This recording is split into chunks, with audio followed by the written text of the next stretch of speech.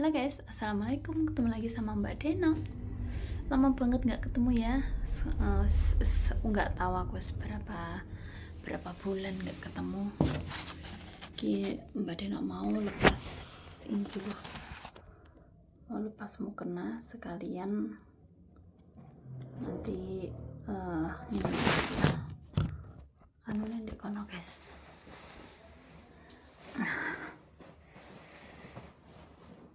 Gini ya. Mbak Deno mau sedikit cerita selama ini. Kemarin itu akhirnya Vino berangkat mondok. Maafkan pemandangan kasar di belakang karena ibu nggak tidur di sini jadi nggak kepakai, makanya aku miringkan ya guys. Oke.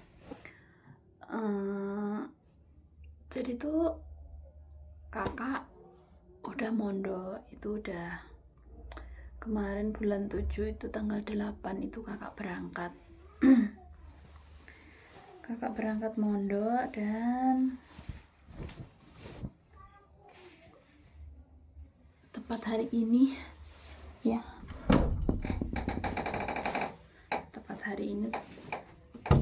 tepat 1 bulan kakak mondok dan harus boleh dijenguk itu setelah 40 hari baru boleh dijenguk.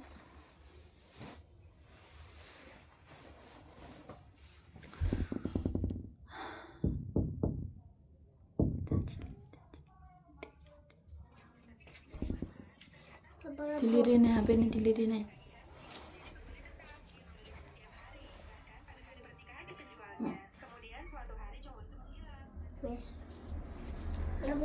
Nah, kemarin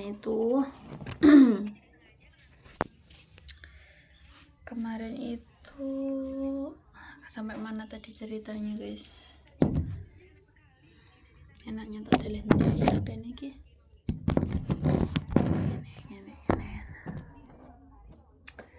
Nah, itu ya, itu udah genap 1 bulan. Dan pas nganterin kemarin itu ini guys, kakak tuh kuat banget, dia bahkan nggak nangis sama sekali saat perpisahan waktu itu ya. Aku tinggal pulang itu nggak nangis. Aku sama ayahnya itu berusaha kuat juga, berusaha nahan tangis juga biar anaknya tuh kuat ya, biar anaknya itu bisa gitu di sana guys. Nah terus setelah aku turun dari pickup, turun dari mobil, terus anaknya duduk sampai anaknya itu masuk kan. Itu sistemnya itu gini, turun dari mobil itu nggak boleh orang tuanya ikut mengantarkan sampai depan kamar, itu nggak boleh. Akhirnya anak turun, terus habis itu cuma salim aja, berpamitan gitu, terus untuk absen dulu. Habis itu untuk barang-barangnya itu yang bawa kakak kelas, mungkin OSIS kali ya, itu yang ini, yang apa namanya, yang itu yang bantu angkatin barang itu dan nganterin ke kamar juga. Itu mungkin OSIS lah itu namanya. Terus setelah itu ya udahlah, aku berusaha. Sebenarnya waktu aku ini dia pamitan itu udah kayak dek gulu wis gondok-gondok ngono guys. Pas udah kayak mau pecah gitu ya rasanya. Ya ampun. Bismillah aja niatnya, bismillah, mau minterin anak, mau benehin anak. Dan setelah itu udah akhirnya kita pulang, pecahlah di jalan guys.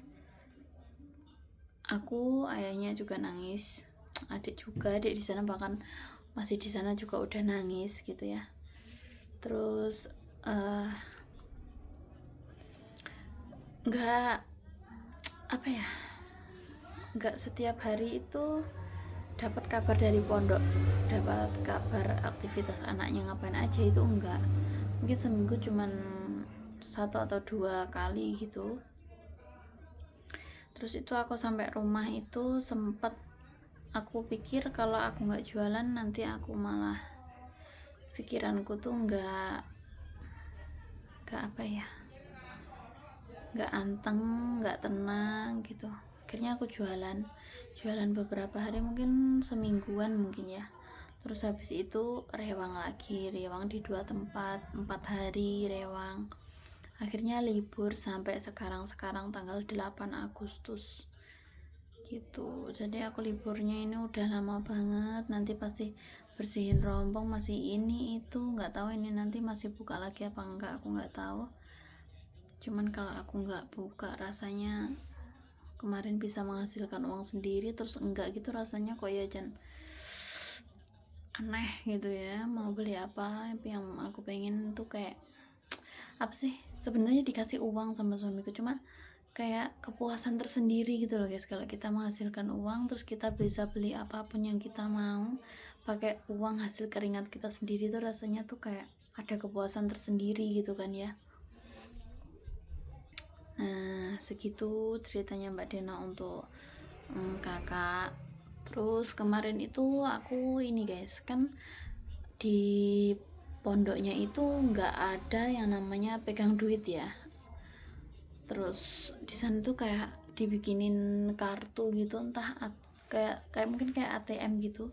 Terus ada aplikasinya, jadi tiap ada pengeluaran, ada pemasukan itu ada laporannya, ada notifnya. Bukan notif sih, notif. Ada laporannya. Nah setelah itu kemarin itu udah dapat berapa minggu ya, mungkin udah 3 mingguan atau 3 mingguan kalau nggak salah. Itu aku pas ngecek itu ada penarikan dana 50.000 itu dari pengurus asramanya untuk berobat. Nice, di situ aku udah panik, rasanya udah ini banget, pengen lari ke sana, pengen anakku kenapa, pengen tak lihat gini namanya ibu ya. Biasanya kalau di rumah juga seperti itu.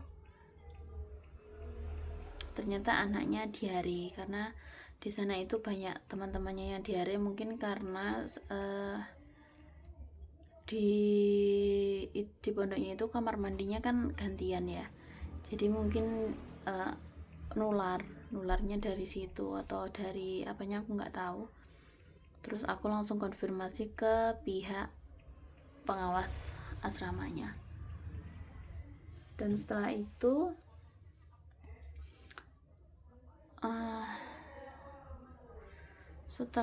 aku tanya, ternyata anaknya sudah dibawa ke dokter. Itu setelah minum obat, besoknya itu memang anaknya agak meriang, terus agak guys, agak panas sedikit. Terus habis itu langsung periksa. Setelah periksa minum obat itu besoknya itu dia sudah masuk sekolah, udah ikut MA juga, udah ikut madin sama udah main, udah sepak bola dia, udah mainan. Ya udah akhirnya agak tenang ya. Terus sebelum itu ada kejadian juga nih yang bikin parno. Itu kan beberapa hari nggak ada kiriman foto, nggak ada kiriman video. Nah aku japri wali kelasnya, dan ternyata aku dikirimin foto dimana dia itu bersama guru BK. Nah aku takut dong, aku shock dong. Loh kenapa bu, kenapa kok Vino sama guru BK? Terus dia itu posenya gini guys, gini kayak, terus matanya tuh sembab kayak habis nangis gitu kan. Terus aku tanya ke gurunya, ternyata Vino kan di sana itu jadi ketua kelas sama jadi wakil ketua asrama. Akhirnya dia memang dapat tugas spesial gitu di sana, dapat tugas jagain anak-anak teman-temannya. Nah terus itu ternyata kata wali kelasnya dia itu curhat entah curhat apa, entah bingung atau gimana, mengurus kelas itu aku juga nggak tahu. Yang jelas seperti itu ya. Terus ya sekarang udah lumayan terbiasa, tinggal ini ngurus bocil satu ini bocil yang sangat menggeregetkan ini loh.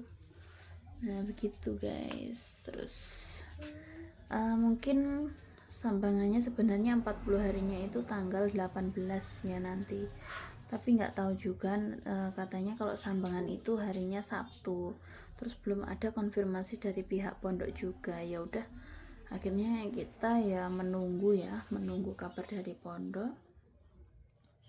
Semoga saja segera bisa tanggal 18 atau 19 gitu misalnya, jadi biar cepet ketemu. Rasanya tuh kalau udah ini tuh udah, apalagi aku nggak jualan tuh rasanya seperti lama banget guys. Melo banget rasanya. Udah sholat sampai nangis, terus lihat video-video dari kiriman dari wali kelas, dari ketua asramanya juga nangis. Terus pokoknya apapun kabar tentang dia itu bikin melo banget ya. Ternyata jauh dari anak tuh seperti ini rasanya. Ya seperti itulah guys, doakan semoga kakak kerasan di sana nyaman, bahagia, tenang, temennya banyak, terus apa ya, enjoy lah di sana, bahagia di sana ya. Biar ini masih awal mula, jadi biar kerasan sampai lulus nanti. Amin, minta doanya ya guys. Oke, segitu dulu ceritanya Mbak Deno. Mbak Deno mohon maaf kalau ada salah-salah. Mungkin besok kalau misalnya sambangan sebisa mungkin Mbak Deno rekam, soalnya ya untuk sambangan pertama itu kan ya ini ya guys, apa namanya, masih penuh dengan air mata kayaknya ya, karena pertemuan setelah sekian lama nggak ketemu gitu. Oh iya, ada yang kelewat juga, kemarin aku sempat kirim barang itu kalau nggak salah 3 kali. Itu rasanya campur aduk banget guys. Bayangin kita udah ada di depan sekolahnya, kita tahu anak kita di dalam, cuman kita nggak bisa masuk, kita cuma di depan sama Pak Satpam aja, ngisi data sama nyerahin barangnya, dan nggak boleh makanan begitu. Agak sedih juga soalnya kemarin aku pas dapat ini berkatan itu kan ada mochinya, itu aku kasih ke sana, soalnya berkatnya dapat 2, jadi adik 1 kakak 1, dan nggak boleh ternyata guys, nggak boleh kirim makanan. Dan akhirnya ya sudah. Oh ya, kemarin aku kirimin obat-obatannya tuh sempat kelupaan, obat-obatan, baju koko, sama jaket, sama vitamin. Udah itu aja. Oke, terima kasih ya guys.